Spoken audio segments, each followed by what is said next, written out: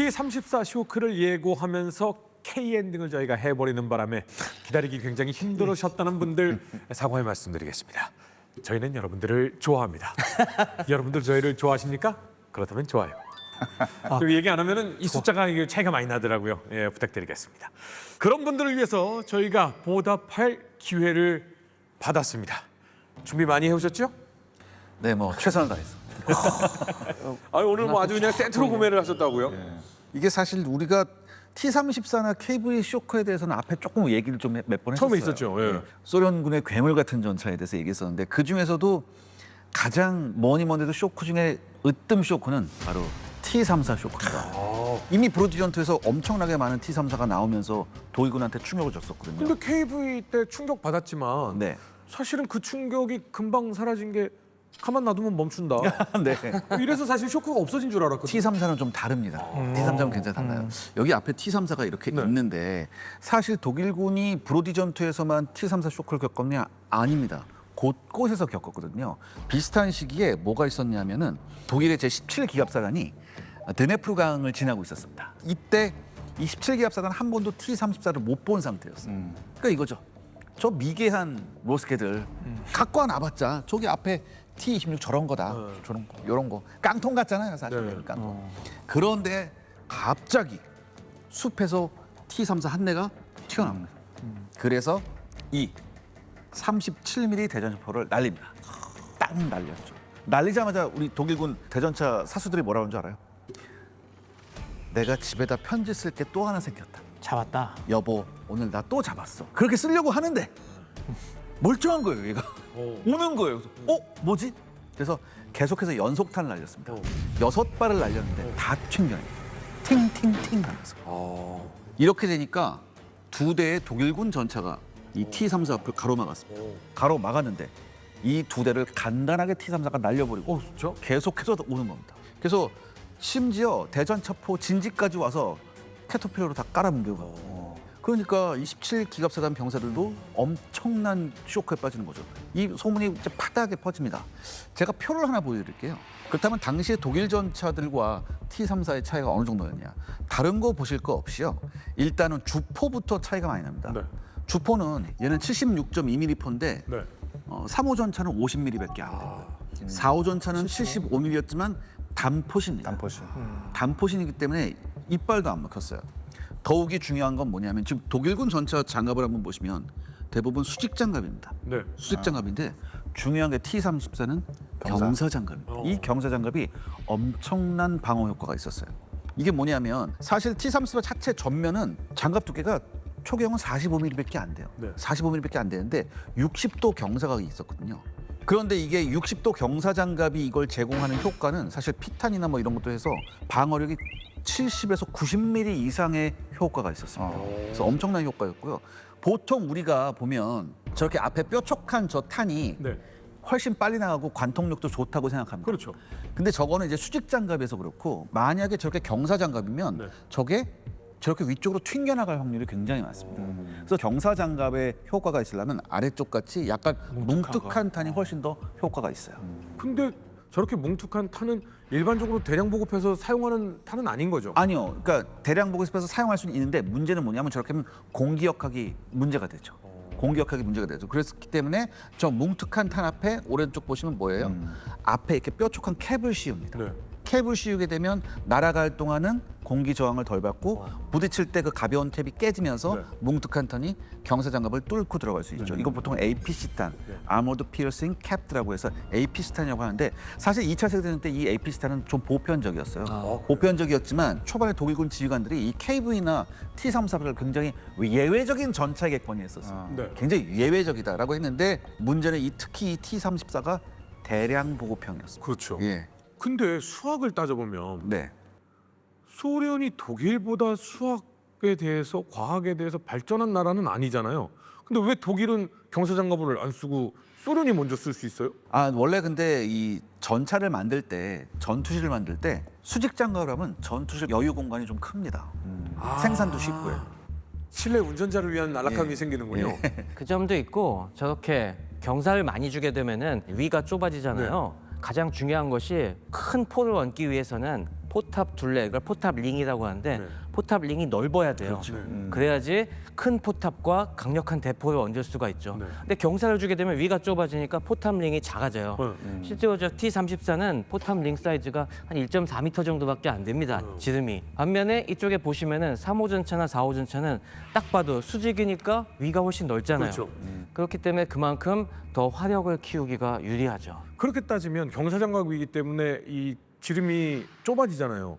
근데 소련은 어떻게 76mm를 할 수 있었고 독일은 50mm밖에 안 돼요. 처음에 독소전 초기만 해도 37mm로 충분하다고 생각했어요. 사실 프랑스전에서 그 이상의 화력이 필요 없다. 프랑스전에서 사실 37mm가 안 먹힌다는 걸 알았지만 독일군은 어떻게 생각했냐면 소련에 다 저런 깡통 같은 T-26만 있다. 이런 건 없을 거라고 생각했어요. 그죠. 그만큼 더 큰 포를 탑재할 능력은 됐는데 능력은 됐던 거죠. 네, 필요가 없어서 탑재를 안 하고 있었던 거죠. 굳이 뭐 이렇게 되는 거죠. 아, 근데 그게 딱 걸려들었죠. 그렇죠. 딱 걸려들은 거죠. 특히 구데리안 장군이 T-34 독일군이 T-34를 노획해서 구데리안 장군이 봤어요. 네. 보고서 구데리안 장군이 뭐라고 하냐면 소련은 이미 다음 세대 전차를 준비하고 있었다라고 이렇게 얘기하고 독일군 문건에서도 소련군의 신형 전차는 현존하는 모든 전차 중에 가장 우수한 설계라고 얘기합니다. 근데 이건 놀랍게도 서방의 평가도 일치합니다. 영국 전쟁부 보고서는 뭐라고 하냐면 현대 기갑전의 올바른 방향을 제시한 전차라고 얘기합니다. 그리고 미국의 무기평가단 역시 이 전차는 단순하면서도 압도적이다. 이거는 산업력, 설계 철학, 전술의 산물이라고 극찬합니다. 미국에서. 그 T-34 얘기를 할 때 빼놓을 수 없는 게 우리 불핑 얘기를 해야 될 것 같습니다. T-34 얘기를 하는데 불핑을 예, 빼놓았다고요? 블랙핑크 뮤직비디오 중에 탱크가 한 대 나오거든요. 그게 바로 T-34입니다. 그때 사실 대부분의 이제 불핑 팬들은 별로 안 했지만 예. 밀떡들 눈에 봤을 때 왜 하필 소련 전차가 나오는지 모르겠죠. 동구권으로 어떤 진출을 위한. 어차피 서구권은 다 저희 점령했으니까. 여러 가지 해석이 가능한데 원래 그 T-34의 원형이 그러니까 미국에서 가져온 거기 네, 때문에 맞습니다. 글로벌한 작품이라고 볼 수 있고 네. 예, 불핑이 충분히 활용할 수 있는 소품이었습니다. 예. 지금 교수님께서 굉장히 좋은 말씀하셨는데 이게 사실 T-34의 원조가 미국입니다. 미국이에요. 1920년대 말에 미국의 크리스티라는 사람이 있었는데 이 양반이 이렇게 생각했어요. 20년대 나온 전차를 이렇게 보니까 하나같이 느린 거예요. 거북이 같은 거예요. 그래서 나는 어떻게 시속 40km가 넘는 탱크계 스포츠카를 만들겠다. 이런 생각을 하신 분이 있습니다. 당시 기준에서는 거의 날아다니는 거였죠. 근데 요거를 이제 개념을 미국한테 설명했어요. 설명했는데 미군의 반응이 싸늘했습니다. 왜? 탱크란 건 보병 옆에서 산책하면 된다. 이렇게 미군이 아니 근데 전차가 가장 강한 것이 빠르고 강력한 방어력을 갖추고 있으며 공격력 또한 강하다.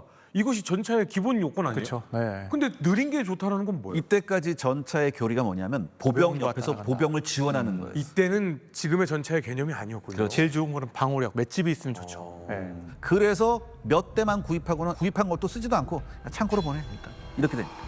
그런데 단 한 명의 미군 장교만은 이거 혁신이가 빨리 해야 된다고 했어요. 누구겠습니까? 전격전 좋아하는 사람. 그렇죠. 패튼이었습니다. 근데 미군도 나이가 빠진 조직이었기 때문에 당시에 패튼을 무시하고요. 근데 이걸 보고 소련이 무릎을 탁 칩니다. 왜 소련은 빠르게 가는 전차를 중요시했을까? 땅덩이가 워낙 그렇죠. 근데 미국도 땅덩이야. 그러니까요. 미국은 자기네 나라 땅에서 전쟁을 안 안 하니까 그렇지. 근데 소련은 그거예요. 넓고 넓은 땅에서 빨리 가야 되는데 이게 딱이다라고 해서 크리스티한테 이제 손을 뻗었습니다. 선생님, 아유, 참 이게 딱인데 제가 섭섭치 않은 대우는 해드리겠습니다. 그래서 딱 봐도 이 크리스티옹은 굉장히 본인의 연구 결과를 존중해주는 사람을 좋아할 것 같이 생기셨어요. 그래서 이 크리스티 형이 메모지를 하나 딱 내요. 일단 한번 적어봐라.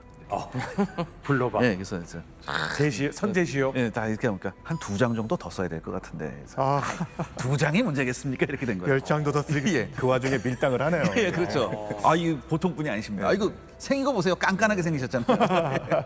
자본가는 역시 이때 당시에 근데 소련과 미국의 기업들이 서로 왕래가 있었던 기업끼리는 협조를 하는 엄청 상황이에요. 많았어요. 그런데 이게 전차를 또 수출하는 건 다른 문제예요. 네네. 그래서 어떻게 되냐?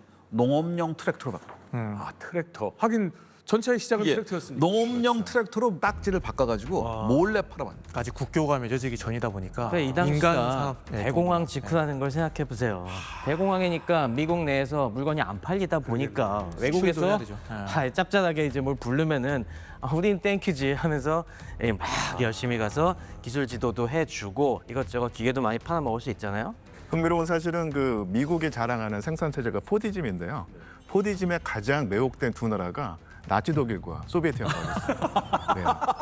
그죠. 충분히 그럴 것 같아요. 네, 정말 정반대 선상에 있는 곳들이 가장 매력적이라고 생각했네요. 예, 그래서 역사학자 중에서는 그 포디즘을 매개로 해서 미국과 나치 독일과 소련이 하나의 국제 관계를 형성해가지고 1930년대 이렇게 단순하게 보면 안 된다. 이게 아주 훌륭한 연구였죠. 트랙터를 들여와서 처음 복제한 게 뭐냐면 BT 시리즈 경전차였어요. BT 그래서 이 BT를 가지고 어디 갔었습니까? 우리 얘기했었죠. 스페인 내전. 스페인 내전 가서 스페인 내전 가서 신나게 달리자라고 했는데 여기에서 독일군 대전차포에 얻어맞습니다. 바로 저 예, 37mm. 37mm. 요거한테 그러니까 독일군은 당연히 이 37mm가 천하무적이라고 생각한 거예요. 저기에는 뚫리지 않아야 된다. 그래서 소련이 내린 결론은 뭐냐면 빠르기만 하면 죽는구나. 그러니까 어떻게? 빠르고 단단하다. 더 크게 만들어야 돼. 더 크게 빠르게 가면서 맷집을 견디면서 우리는 강력하게 뿜어줘야 된다. 이렇게 판단 내립니다. 근데 그건 정반대 선상에 있잖아요. 무거우면 느려지잖아요. 근데 더 크고 단단하면 당연히 더 느려져야 되는데. 그래서 T-34가 괴물이라는 거죠. 왜냐하면 당시 독일군 상식에선 이건 있을 수 없는 전차였었어요. 아 근데 그걸 크리스티온께서 이걸 가능하게 만들어 주신 거네요. 크리스티의 BT 전차를 계승했지만은 이 당시에 거기서부터 소련 스스로 발전시킨 부분들이 굉장히 많습니다.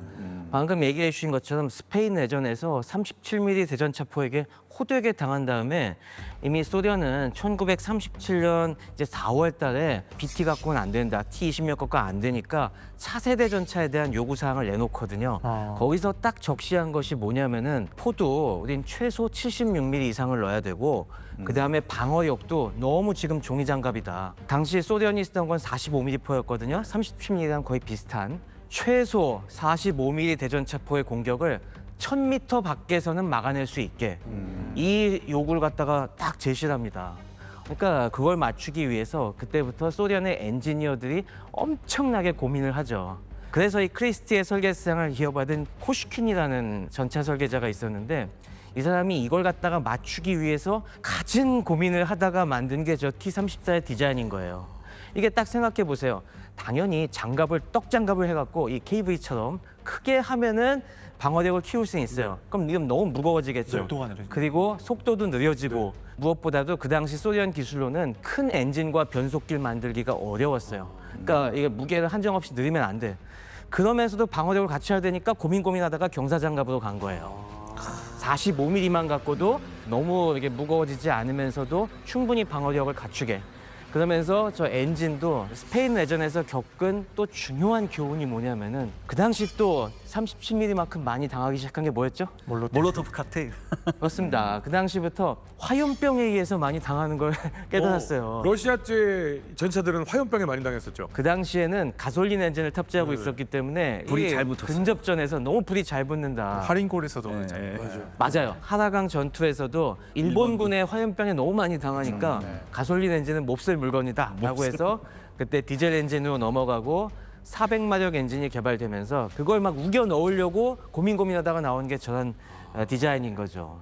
아 정말 필요에 의해서 야 이건 어떻게 해결해 저건 어떻게 해결해라고 해결할 점들을 계속 고민해서 만들어낸 걸작인 거네요. 맞습니다. 원래 공학이라고 하는 것은 항상 최적화라고 하잖아요. 모든 조건을 만족시키면서도 생산성을 높여야 되다 보니까 절충한 게 잘 맞아떨어져서 희대의 걸작 전차가 된 거죠. 근데 한 가지 궁금한 게요. 독일은 그래 이 정도면 충분해. 아유 야 포 더 이상 큰 거 필요 없어. 아 우리가 더 실을 수 있으면 뭐해. 그렇게 하면은 자원 많이 나가고 이거 힘 많이 들어. 그거 하지 말고 딱 여기까지만 해 하고 50mm에서 끝냈는데 소련을 전차를 보면 독일 전차하고 다른 게 하나가 또 있어요. 앞으로 이렇게 쏠려 있거든요. 저건 무슨 의미가 있는 거예요? 그거는 독일 전차들은 엔진은 뒤에 있지만은 스프라켓이라고 하는 게 있지 않습니까? 앞에 있는 그 돌려주는 회전축을 돌려주는 톱니바퀴 스프라켓이 앞쪽에 있잖아요. 네. 변속기가 앞에 있어요. 이게 전반적으로 이게 왜 이렇게 설계됐냐면은 밸런스를 맞춰주기 위해서 독일 엔진은 엔진은 밸런스를 굉장히 중요하죠. 그죠? 맞아요. 엔진은 뒤에, 변속기는 앞에. 그래서 앞뒤 밸런스가 맞아서 가운데 큰 포탑을 얹을 수 있겠다. 이렇게 해서 중요하게 설계한 건데 T-34는 변속기도 뒤에 있어요. 그래서 저 뒷바퀴도 굴려줘요. 그럼 무게 중심이 뒤에 있으니까 포탑을 앞에 실어도 되는 거죠? 맞아요. 그래서 그 밸런스를 맞추기 위해서 포탑을 앞으로 보낸 거예요. 그러니까 라이언 일비 연구하기에서 T-34를 개조해서 타이거 전차를 만들었거든요. 네. 그래서 옆에 모습을 보면 너무 포탑이 앞에 가 있어요. 그래서 라이언 일비 연구하기에서는 티거 전차의 옆모습을 잘 안 보여줘요. 아. 자, 그래서 중요한 건 뭐냐면은 T-34를 겪고 난 다음에 독일군이 이제 전차 교류를 빨리 바꿔야 되잖아요. 그러니까 일단은 뭐 당장은 신규 전차 생산이 안 되니까. 네. 그러니까 일단 가지고 있는 전차로 절대 정면 대결하지 말고 측면으로 돌아라. 그다음에 75mm 대전차포를 이제 생산을 막 하려고 했었거든요. 이걸 좀 생산을 가속화하고 그다음에 5호 전차 판터의 개발을 또 가속합니다. 근데 5호 전차 판터는 제가 나중에 말씀드리겠지만 거의 T-34의 복제 수준. 거의 복제 수준이었고 네. 그리고 지금 독일군이 많이 쓰는 게 돌격포가 있지 않습니까? 이 돌격포도 이제 대전차 전투를 위해서 어떻게 보냐면은 이게 돌격포 후반기 가면 이렇게 봐요. 포신을 늘렸네요. 포신 이렇게 들어서 대전차 전투에 적합하도록 이렇게 바꿔버리죠. 제가 아까 그랬잖아요. 독일군이 이 쇼크 때문에 판터를 만들었다. 거의 T-34 복제 수준인데. 네. 그러면 제 생각은 그래요. 최고 전차라고 생각했으면 이걸 그대로 복제해서 하면 되는데 이왕 카피하는 거 조금 우리가 좀 독일식의 조금 그런 걸 하면 되지 않을까? 좀 우리 독일식의 디테일함이랄까, 자존심 상하죠. 우아함이랄까, 좀 더 앞선 기술이랄까. 이거 하다가 망하는 거죠. 그거에 대해서도 뒤에 얘기 나오겠지만은 판터의 개발사를 보면은 원래 T-34를 복제하려는 계획이 있긴 있었는데 복제하다 보니까 독일 기술로 해결이 안 되는 부분도 있었어요. 그렇죠. 네. 사실 우리가 소련 기술이 독일에 비해서 무조건 뒤처진다고만 생각하는데 사실 앞선 부분도 있었거든요. 맞아요. 그래서 독일이 그대로 데드카피하기에는 좀 불안한 부분들도 있었고 독일 엔지니어들 입장에서도 T-34의 약점이 보이는 거예요. 아 이게 이런 식으로 하면 포탑링이 너무 작아서 우리의 큰 포를 탑재할 수 없다. 아까 말씀드린 것처럼. 그러면 이 설계 갖고는 우리가 장기적으로 생각해봤을 때 적을 압도하는 전차 만들긴 어렵겠다. 그러니까 설계를 우리식으로 바꿔야겠다. 그래서 경사장갑은 채용을 하되 역시 변속기는 앞에 두고 포탑을 뒤로 놓는 식으로 엔지니어링 기술에 맞게 변형을 한 게 판터죠. 자, 그런데 T-34가 무슨 후반에 갑자기 등장한 게 아니잖아요. 초반에도 있었는데 초반 운용에 문제 많았지 않았습니까? 근데 대체 어떤 전차전에서 독일군 기갑부대에 카운터 펀치를 제대로 매겨서 이거다가 된 거예요? 아, 바로 이 모스크바 방어전으로 들어가는 시기 무친스크라는 곳에서 전투에서 이게 확 드러나게 됩니다. 바르바로사 작전 초기에 T-34가 활약을 못한 중요한 이유들이 있었습니다. 사실 이게 1939년에 채용이 되고 1940년, 41년에 급하게 생산해서 배치하다 보니까 아직 문제가 되게 많이 있었어요.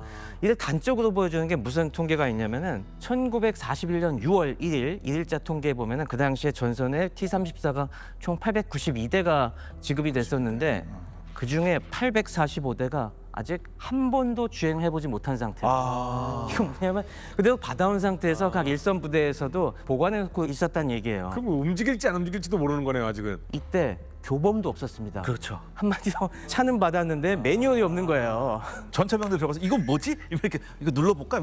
아, 그런 상태였고 이게 1941년 원래 11월 달에나 교범이 나올 그런 예정이었기 때문에 실제로 일선 부대들은 수령해 놓고서 굴려본 데도 없고 어떻게 조작하는지도 모르고 T-34에 딱 맞게 훈련된 병력도 없었던 거예요. 그러니까 전쟁이 터지니까 급하게 다른 전차를 몰아보던 경험으로 그냥 몰고 나가니까 당연히 고장이 속출하고 이게 뭐지 하다가 망가지고 이런 일이 속출했던 거죠. 정비병은커녕 그걸 운전해 본 사람도 잘 없었던 상황이었네요. 네, 굉장히 부족하다 보니까 어이없게 이렇게 상실하는 경우들이 많았었죠. 근데 그런 초반에 대혼란을 겪고 나서 드디어 10월 달이 되니까 소련이 뭔가 좀 달라지기 시작했습니다. 바로 이 구데리안의 제2기갑군이 브리안스크 포위전을 끝낸 다음에 야 이제 모스크바로 가는 길이 열렸다. 그래서 오리올에서 이 툴라 방향을 향해서 맹북진을 하는 도중에 이 무첸스크가 있는 거거든요. 근데 이곳에서 독일의 4기갑사단이 위풍당당하게 막 가고 있는데 갑자기 T-34들이 확 튀어나와갖고 독일군 전차들 막 공격을 하는 겁니다. 그러면서 독일군은 이제까지 기습을 당하면 어떻게 했습니까? 다른 길. 네. 다른 길로 우회를 하든가 이제 적을 갖다가 끌어들였잖아요. 그래서 이제 대전첩. 처음엔 빨리 아군의 대전차 포함함으로 끌고 가려고 퇴각을 했는데 문제가 있었어요. 걔가 더 빨라. 소련군이 안 딸려오는 거예요. 안 와요? 네. 배운 거죠 소련군도 지금까지 실상. 소련군이 조금 오다가 기습적으로 쏘고 안 오고 그 다음에 다시 숲속으로 숨어요. 아니 근데 T-34 보면 자꾸 숲에서 들락날락이 굉장히 많아요. 맞습니다. 예. 그런 식으로 해갖고 왜 안 오지? 라고 해갖고 우회에서 어디 새끼를 찾아서 가는데 갑자기 그쪽에서도 숲속에서 T-34들이 튀어나오는 거예요. 그러면서 또 우리가 당하잖아요. 이거 어떡하지? 다시 한번 유인해볼까 하는데 안 나오는 거예요. 이런 식으로 계속 소련 전차들이 이제는 치고 빠지기를 반복하면서 괴롭히니까 전진을 못하는 겁니다. 새길까지도 다 그쪽에서 매복해 있고. 그래서 10월 6일, 10월 7일 저 방어선을 돌파하려고 해봤지만은 오히려 그 당시 독일 4기갑사단도 전차가 몇 대 없었어요. 56대밖에 안 남았는데 불과 2, 3일이 지나니까 10월 9일에는 단 30대 수준으로 반으로 확 떨어졌습니다. 그러면서 돌파가 안 되는 거예요. 지금 막 진격을 해서 하루에 뭐 몇십 킬로미터씩 쭉쭉 나가야 되는데 여기서 딱 막혀버리니까 독일로서는 이제 절감을 한 거죠. 야, 이제 전차만 우수한 줄 알았는데 이제 소련이 싸우는 방법까지도 터득하고 있다. 이 생각을 이때부터 확 하게 된 거죠. 여기서 그 영화 대사가 생각나네요. 네. 싸움의 기술 영화에서. 아, 싸움의 기술. 예. 아니 맞아본 놈이 그렇죠. 잘 싸울 수 있다라고 하면서. 어우, 역시나 우리 유 교수님께서는 그 대사가 기억이 나는데 저는 피똥 싼다? 이거 근데 이게 좀 차이가 있는 게 뭐냐면 많이 맞아도 포기할 사람은 포기하는데 그렇죠, 그렇죠. 끝까지 어떻게든 해보겠다라고 버티는 사람은 결국 예, 이런 예. 학습도 할 수 있는 거죠. 근데 보통 병사들 중에는 그 전투 한 번을 살아남는 병사가 있을 수 있는데 이런 식의 쇼크를 줬다는 건 지휘관급이 달라진 거 아닙니까? 그렇습니다. 바로 이때 이 무첸스크 전투에 T-34 쇼크를 선사해준 소련의 전차 지휘관이 있었습니다. 오. 바로 그게 제4전차여단장 카투코프 대령이었어요. 아 유명하죠. 갑컵. 이 카투코프 대령은 앞으로 베를린 전투에 이르기까지 계속 소련군 전차 부대에 선봉해서 보게 될 인물입니다. 젊은 시절에 약간 이 기자님이랑 닮은 것 같아요. 뭐 터무니없는 소리를. 아니 젊은 시절 보면은 언제는 뭐 히틀러라네.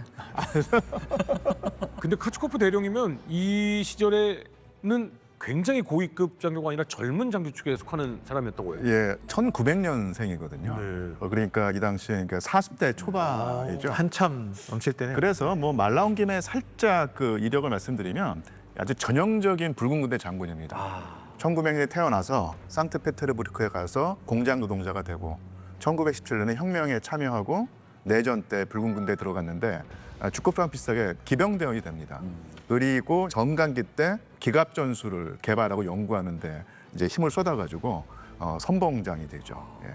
아마 그 카투코프 장군의 그 모습이라는 사진을 못 보신 분도 영화 좋아하시는 분들은 아마 영화에서 봤을 가능성이 있는데요. 그 패튼 제전차 군단이라는 유명한 있죠. 영화죠. 그래서 1945년도에 그 나치 독일을 물리친 다음에 미국과 소련의 두 테토남이 연회장에서 만납니다. 그래서 소련 장군이 연회를 개최했는데 여기에 패튼 장군이 초대가 된 거예요. 그래서 뭐 흥겹게 또 연회를 한 다음에 사실은 패튼 장군은 아주 그 귀족적이고 공산주의 혐오했던. 예, 공산주의를 혐오하는 사람인데 어쨌든 간에 그 소련군 장군이 우호 친선의 자리를 마련했는데 그때 건배를 제안하니까 패튼 장군이 건배사로 뭘 얘기했냐면 개자손. 나는 너를 개자손이라 생각한다라고 했던 거예요. 건배사로요? 예. 초청한 상대편 장군한테. 예. 그래서 통역이 완전히 벙쪄가지고 이거를 제대로 옮겨야 됩니까 하니까 글자 그대로 옮겨라라고 했던 거예요. 그래서 통역이 아주 놀라가지고 스킨 시인이라고 번역을 합니다. 스킨 씨는 무슨 뜻이죠? 그 계자손이라는 딱 뜻입니다. 느낌이 스킨. 예, 선을 미치라는 얘기거든요. 그래서 완전히 그 소련 장군의 얼굴이 일그러지면서 순간 이제 화가 폭발해서 나도 또한 너를 계자손이라 생각한다라고 옮기거든요. 그래서 아주 팽팽한 기싸움을 하는데 여기까지는 미국 테토남 대 소련 테토남의 격돌이었는데 전차 지휘관으로서 통했는지 서로 이제 웃으면서 결국 그 러브샷을 하면서 끝나거든요. 서로 계좌손으로 시작해서 러브샷으로 끝났다. 예, 예. 아니 근데 그 특이한 계좌손의 의미에 진짜 욕이 있을 수도 있지만 예. 그만큼 너 지독하게 싸우는 놈이지 아니, 약간 그렇죠. 그러니까 이런 거잖아. 배드에스라는 뜻인 아, 거죠. 너 대단하다 약간 이런 의미가 있을 수도 예. 있다고 생각해요. 뭐 거기 가능하네. 네, 거기 영화에서도 그렇지 두 계좌순의 건배 좋지 하면서 이제 딱 그 러브샷을 청하는 장면. 우리 둘 다 약간 우리 군 안에서도 독특하게 우리는 잘 싸우는 약간 지독한 놈들이다 약간 이런 거지. 베를린을 점령하기 위해서 서로 빨리 달려갈 때 카츠코프가 제일 선봉장이었고 패튼이 서방 세계 최전방에 있었던 거예요. 그렇습니다. 나중에 카츠코프가 이끈 부대가 제1 근위 전차군이에요. 그러면 최정예 아닙니까? 그렇죠. 1번. 그것도 최정예 그냥 전차군이 기갑사단이 아니고 근위군이잖아요. 그랬어요. 그래서 그 전후에 소련 군대에서 이 기갑 장교가 장군 달기가 상당히 쉽지가 않았는데 이 카투코프는 소련방 원수 계급까지 그 진급을 해가지고 최고의 대우를 받았죠. 예.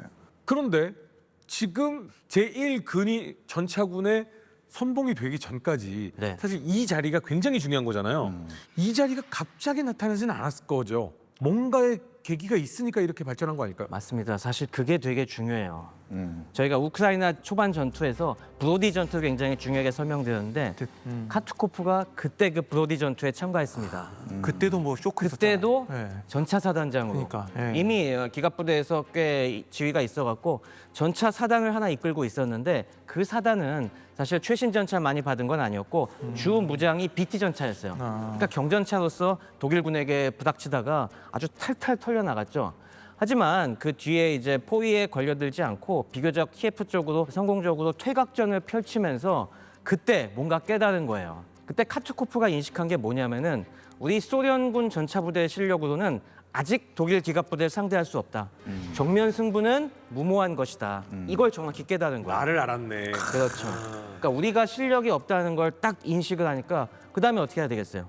정면전 피해야죠. 그렇죠. 정면 승부를 피하고 우리는 최대한 기습의 효과로 적을 의외의 곳에서 찌르고 다시 도망간다. 그래서 그걸 자꾸 반복하는 숲에서 거예요. 왔다 갔다 했군요. 그렇죠. 그러니까 매복해서 유인해서 기습하고 그리고 적에게 끌려 들어가지 않고 다시 숨는 이런 방식으로 어떻게 보면 기갑 게릴라전을 이때 딱 터득을 한 거죠. 그래서 키예프로 계속 퇴각하면서 그 방법을 시험해 보니까 이게 어느 정도 먹히는 것 같은 거예요. 그러면서 독일군에게 결정적인 피해는 아니지만은 꽤 귀찮게 하는데 성공을 했어요. 계속해서 이게 데미지가 쌓이면 독일군도 지금 가면서 계속 야금야금 독일군의 기갑 전력이 소모되니까 말은 기갑 뭐 군단인데 얼마 전차가 남지가 않은 거죠. 예. 그러다 보니 이 소식이 점점 퍼져갖고 야 카투코프라는 놈이 지금 꽤 그래도 독일군을 괴롭히면서 잘 싸운다더라 이런 소문이 난 거예요. 그럼 how 어떻게 이렇게 물어봤어요. 그렇죠. 그래갖고 갑자기 8월 달에 모스크바에서 소환 명령이 떨어집니다. 근데 약간 지금 흠집. 걱정이 났지. 끌려가는 건가? 내가 정면 대결 안 하고 약간 이런다고. 그 당시 소련군 장군들에게는 모스크바로 소환된다는 거는 시베리아인가? 엄청난 극과 극의 이 이야기입니다. 숙청당할 수 있어. 그죠? 그냥 숙청도 아니고 그냥 총살당할 수도 있잖아요. 흔히 얘기하는 그 루비앙카. 루비앙카 감옥으로 그대로 끌려가서 이빨 몇 개 빠지고 시작하는 이런 상황도 벌어질 수 우리나라로 있고. 치면 남사한이죠. 예. 아, 그래? 남쪽은 남산, 북쪽은 아오지. 뭐 이런 느낌. 조마조마하면서 갔는데 네. 다행히 크렘린인 것 같아요. 네, 그렇습니다. 동무 수고했어라고 하면서 붉은기 훈장이라는 꽤 높은 훈장을 그때 수여받습니다. 동무에게 다음 중책을 맡기겠어라고 하면서 전차 여단을 하나 맡으시오 이렇게 된 겁니다. 근데 황당하잖아요. 지금 이 사람은 사단장이야, 사단장. 사단장대로 갑자기 여단장으로 하니까 네? 제대로 말씀하신 건 맞나요? 그러니까. 대신에 좋은 거 줄게. 최신의 T-34를 완비한 전차여단을 주겠어. BT의 사단장에서 T-34 여단장으로. 그렇죠. 할만하지. 할만하지. 다 완비했다잖아요. 최초로 그렇죠, 지금. 그렇죠. 그러면서 딱 발령을 받아서 딱 가보니까 전차는 어디 있지? 전차 아직 안 왔는데요? 명령만 내려고 아직 수령을 못했다고 하니까 아니 지금 빨리 나가야 되는데 이 상황이 지금 워낙 깝깝해갖고 곧장 부대원들을 이끌고 전차 공장으로 갑니다. 차가 원래 배송이 와야 되는데 안 오니까. 그래서 네. 그 공장이 어디 있었냐면은 바로 스탈린그라드에 있었습니다. 네. 생산 라인에서 나오는 전차들을 그대로 받고 그리고 또 중요한 게 있었어요. 전차만 챙겨주지 말고 예비 부품을 넉넉하게 챙겨야 된다. 이것도 브로디 전투 이후에 겪은 아주 뼈저린 교훈인 거죠. 수리를 할 수 있는 상황이 못 되니까. 그래서 무첸스크에 도착을 한 다음에 그동안 본인이 갈고 닦아왔던 매복 기습 전술을 갖다가 여기서 실험을 해본 거죠.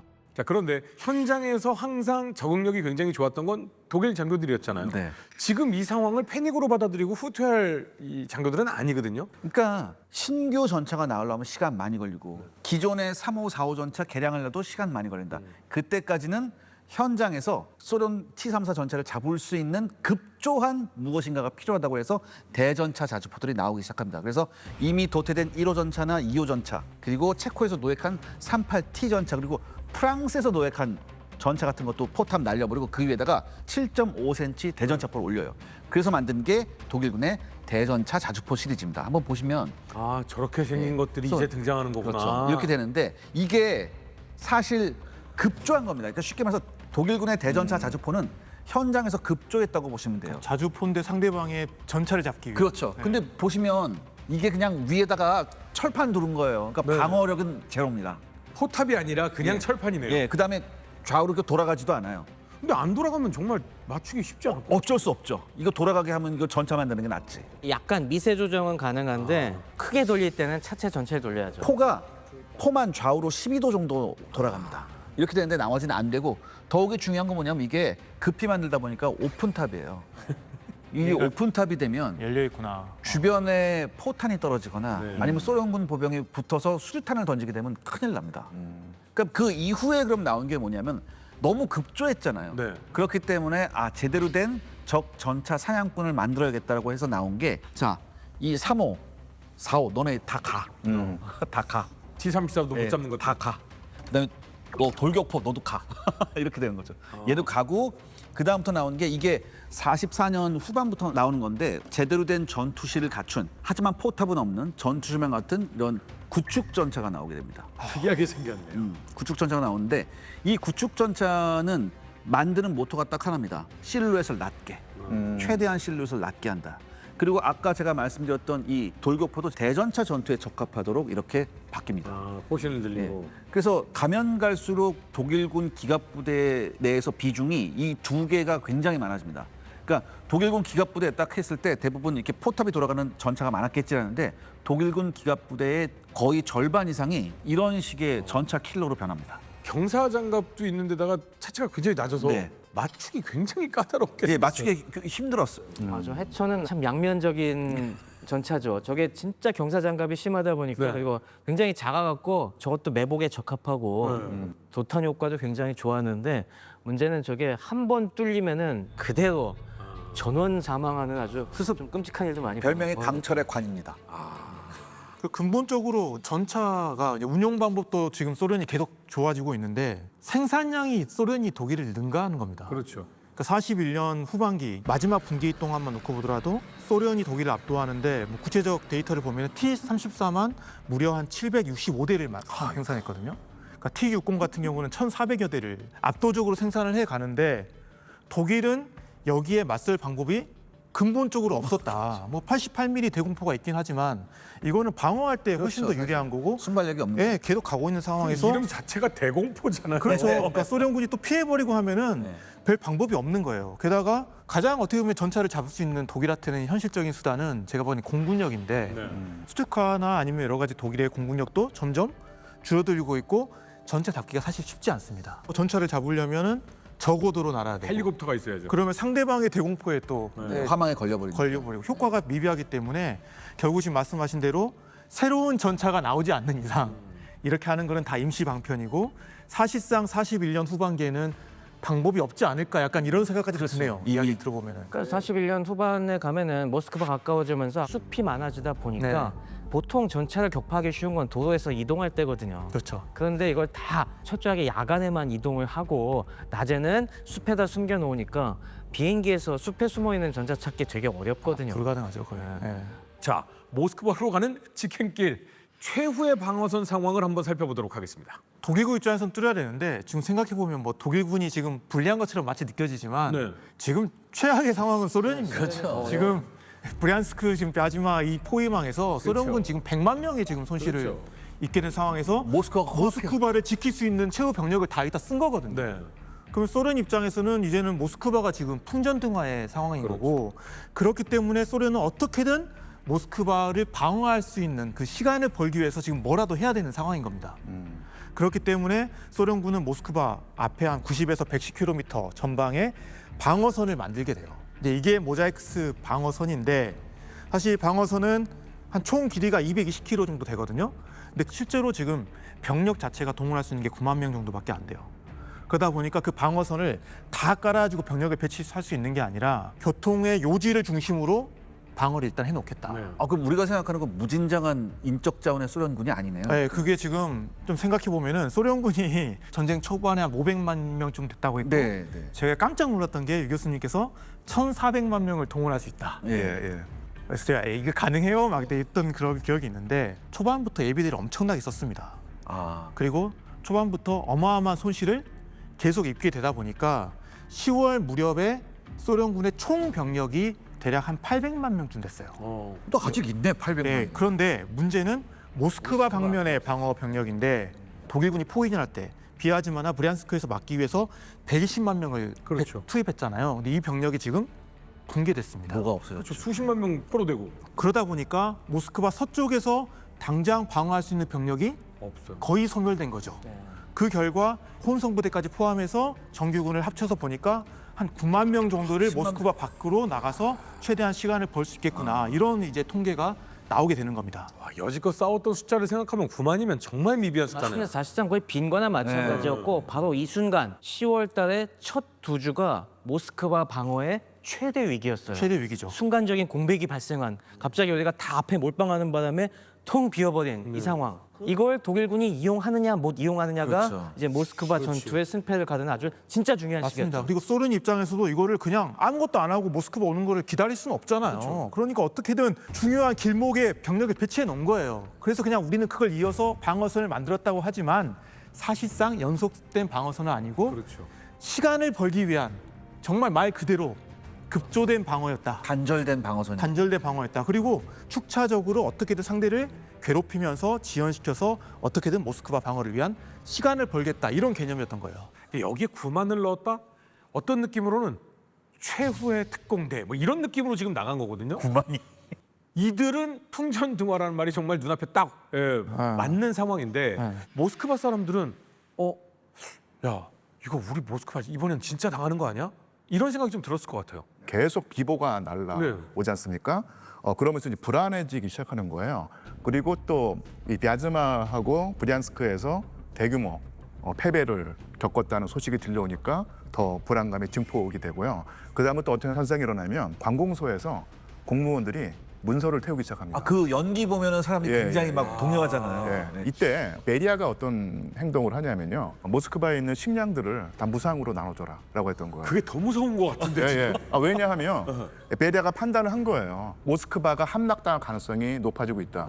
그러면 식량을 남겨두고 있으면 독일군이 그것을 뺏어갈 것이니까 아예 그냥 다 없애버리는 게 낫다고 선거한 겁니다. 시민들의 입장에서는 여기 끝났네요. 그러니까 무조건 도망쳐야 된다는 생각이 지금 다 퍼졌을 것 같아요. 그러니까 베리아가 식량을 나눠주라고 했는데 이미 모스크바 시민들이 알아서 나눠가지고 있었어요. 그러니까 맨날 약탈을 했다는 얘기죠. 사실은 이게 공황 상태에 빠지니까 공권력이 거의 그 기능을 상실하고 시민들도 패닉에 빠져서 약탈, 그다음에 뭐 방화 이런 일이 벌어진다는 얘기입니다. 이때가 10월 16일이었고 16일, 그래서 소련 공권력이 또 가만 안 있죠. 엔카베드를 풀어서 쉽게 말하면 아주 그 잔혹한 방법으로 시민들을 통제하기 시작합니다. 그래서 유언비어를 유포하는 자들을 잡아들여서 다 처형하고 제거하기 시작하죠. 그 다음에 여기서 또 이제 우리 스탈린 동지가 어떤 일을 하는 걸 또 살펴봐야 될 텐데 10월 17일에 드디어 스탈린이 결심을 했다고 합니다. 수도를 포기하지 않겠다. 남을 결심한다. 실제로 11월 초에 대중에게 모습을 나타내면서 모스크바 시민들이 불안해 있다가 지도자가 모습을 안 드러냈고 떠난다. 안 떠난다는 사실을 아니까 그때서는 이제 불안이 확실히 진정되고 투지가 생긴다는 굉장히 얘기죠. 큰 힘이 되겠죠. 왜 이런 결정을 했을까? 수도가 옮겨가는데 왜 자기가 맨 마지막 순간에 남기로 했을까는 일단 뭐 좋게 보면 영웅적 결단이라고 볼 수 있고요. 근데 스탈린이요. 예, 굉장히 현실주의적이고 예, 굉장히 차가운 피를 가지고 있잖아요. 그렇습니다. 절대 사람들한테 희망을 주려고 남았을 것 같지는 않거든요. 뭔가 확신이 있으니까 남았겠죠. 믿는 구석이 있어서. 그러니까. 정확해요. 스탈린은 절대 그냥 피가 그냥 그린란드야. 예. 그냥 차가운 피를 가지고 있거든요. 생각을 해보면 드디어 이제 겨울 추위가 본격적으로 시작을 했다. 독일군도 완전히 소모되었다. 지친 독일군. 예, 그리고 시베리아에 있는 병력을 활용할 수 있는 상황이 되었다. 계속 생각을 해보니까 승산이 좀 보였던 것입니다. 하지만 또 어떻게 보면 인간적으로 보면은 상당히 그 살떨리는 순간 아니겠습니까? 당연히 그랬겠죠. 예, 어쨌든 간에 맨 마지막 순간에 남겠다는 결심을 했을 때 저는 기본적으로 이 전쟁 지도자로서의 스탈린이 전체 전쟁 기간 동안에 존재감을 두 번 드러내서 전황을 바꾸는 경우가 있는데요. 하나가 뭐냐면 스탈린그라드 전투 때 명령 227호를 공포해서 패전을 두려워하는 의식을 싸우고자는 의식으로 바꿨다는 순간이 있고요. 또 하나가 바로 이때입니다.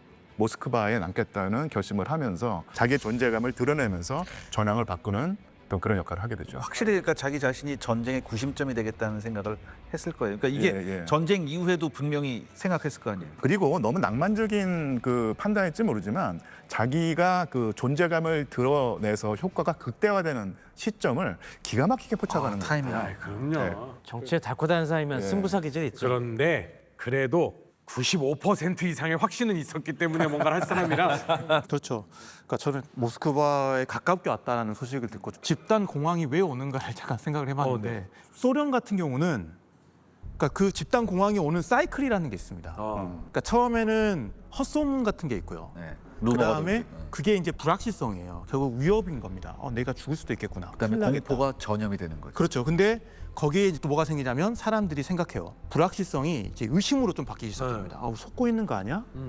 그래서 뭔가 그 속고 있다는 게 확신이 들기 시작하면은 또 그 한편으로는 불신과 함께 공포가 막 옵니다. 그렇죠. 그러면서 어느 일부가 이제 행동을 하기 시작해요. 누가 제일 먼저냐 하고 다투기 시작하죠. 그렇죠. 그냥 우리는 뭐 이제 코로나 때 상점 가지고 뭐 물건을 다 산다. 그렇지. 이제 그런 행동이 터지면 이제 공황이 이제 같이 함께 오는데 그러다가 이게 집단 공황으로 확장이 됩니다. 그런데 모스크바 같은 경우는 이 사이클이 대단히 길었어요. 그러니까 그만큼 어떻게 보면은 소련 공산당에서 통제를 잘한 셈입니다. 그래서 어떤 도시들을 보면은 그런 집단 공황이 오기도 전에 무너지는 도시들이 꽤 많아요. 전쟁사에서는. 그럼 현실적으로 제가 하나만 여쭤볼게요. 네. 현실적으로 그럼 이런 공황이나 이런 걸 통제하는 게 공포 통제밖에 없을까요?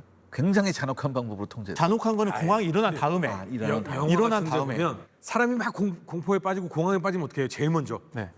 뺨을 쫙 때리죠. 정신 차리라고. 그래서 그 기간을 보면은 모스크바 인구가 거의 100만이 감소했거든요. 물론 군대에 동원된 사람도 있었겠지만 이렇게 나간 사람들도 있었고 네. 거기에는 당 간부들도 있었고 뭐 공장장들도 있고 이런 사람들이 보면서 차들도 나가고 하니까 그때부터 조금씩 불안해진 거예요. 그렇죠. 그럼에도 불구하고 아직까지는 통제가 됩니다. 네. 그런데 이 과정을 보면은 결정적으로 사람들의 마음을 울렸던 사건이 있습니다. 울려요? 예, 독일군의 공습도 아니에요. 방송 사고입니다. 방송사. 마이크가 안 꺼져 있었어? 마이크가 꺼져 있었는데 16일 날 라디오 방송을 전체적으로 하잖아요. 모스크바에서. 그럼 사람들이 다 듣고 있을 거 아닙니까? 잘 싸우고 있나? 이런 이야기를 듣고 있는데 갑자기 방송을 계속 하다가 뉴스를 하다가 독일군 나치 당가가 나오기 시작해요. 이유를 몰라. 지금도 이거 이유 모르는 거죠. 지금도. 모르죠. 네, 모르는데 나치 당가가 막 나오다가 큰일 났다면서 딱 끈 거야. 그 사람이. 그러다가 그대로 뉴스를 계속 하는 겁니다. 그러면 사람들 어떤 생각하겠어요? 이거 혹시 독일군이 이미 방송까지 접수한 거 아니야? 접수했구나, 들어왔구나. 스탈린이 체포된 거 아닌가? 모스크바 장악당했구나. 이거는 이제 불확실성이 뭘로 바뀌는 겁니까? 확신으로 바뀌고. 확신과 공포로 바뀌는 겁니다. 그러면서 누군가가 이제 마트 가서 약탈하고 방어하고 이게 딱 시작되는 거예요. 근데 왜 항상 그런 데는 방화를 해요? 난 이해가 안 가. 왜 불을 지르는지. 도시 어느 곳에 불이 나면 모든 행정력이 글로소리이기 때문에 반대쪽에서 그렇죠. 뭔가 하기 굉장히 좋을 네. 거예요. 그래서 제가 하고 싶은 이야기는 통제를 잘했지만 결정적인 게 항상 있다. 공포를 조성하고 그만큼 전염된다는 게 너무 중요한 것 맞아요. 같고 전염. 그게 결정적 계기가 꼭 밖에서 터지는 게 아니라 안에서 터지는 경우도 내부에서. 많이 있는 것 같습니다. 그러니까 이게 좋은 건지 나쁜 건지 모르겠는데요. 사실은 이런 식의 극단적인 위기 상황을 러시아라고 하는 국가, 소련의 국가 여러 번 겪었잖아요. 많이 겪었죠. 예, 경험도 있고 그래서 그런 상황에 처했을 때 어떻게 행동해야 되는가도 사실은 국민들이 알고 있었고 또한 당국도 당근과 채찍을 써가면서 써가면서, 네. 이거 제어하는 방법, 노하우를 알고 있었다는 얘기입니다. 아, 그 얘기 들으니까 그것도 있네요. 이 소련이라는 국가 그 전에 제정 러시아 때부터 이런 일이 많이 벌어졌고 예. 이때 갑자기 권력기관이 나타나서 사람들을 막 죽여. 아, 아직 우리 국가가 살아있네. 예. 그만해야겠다. 이런 식의 통제가 됐다는. 그러니까 이런 식의 통제를 가능하게 하는 상황이 사실은 좋지만은 않고 그만큼 위기가 여러 번 있었다는 거니까요. 사실은 경험이 있으니까 이런 식으로 통제가 제어가 근데 가능했다는 이제는 것이죠. 완전히 통제가 됐습니다. 예. 스탈린이 나서면서 자 그러면 싸울 의지를 불태워야죠. 네. 그러면 싸우려면 제대로 준비를 해야 되고요. 도시 자체를 요새화해야 가능한 거 아니겠습니까? 그렇죠. 예. 주코프가 이 모스크바 방어를 총괄을 하게 되는데 모스크바가 가지고 있는 모든 물적, 인적 자원 다 전투력으로 전환시키는 도시 외곽의 접근로를 따라서 무려 총 연장길이 8,000km에 달하는 참호를 구축을 하고 약 300km의 철조망도 설치하고 그러니까 한마디로 극한의 총력전 단계로 전환시켜요. 모스크바에 접근하면서 아주 혀를 내둘러 갖고 어떻게 지금 방어선이 만들어져 있는지를 영상 자료를 만들어 놨어요. 단계별로 아주 치밀한 방어시설들 갖다가 준비해 놓은 겁니다. 저걸 8,000km를 했다고요? 저런 것들이 모스크바로 접근해 가면 갈수록 계속 끊임없이 이어지니까 이제 혀를 내두는 거죠. 그 돌파됐던 지점들이 이제 정지한 지점들이 돼버리는 거예요. 왜? 보급이 안 따라옵니다. 트럭들도 다 뭐에 걸리는 겁니까? 우리 기다리고 진흙 있어요. 장군님한테 징창이 돼서 막혀버린다는 겁니다. 추위가 또 오면 이번에는 진흙 장군이 아니라 서리 장군, 겨울 장군이 또 오는 상황이죠. 이제. 저 때 사실상 거의 기적이 일어납니다. 불과 10만 명도 안 됐던 병력이 그새 2주가 안 돼서 50만 명 수준으로 늘어나요. 5배가 늘어났네. 네.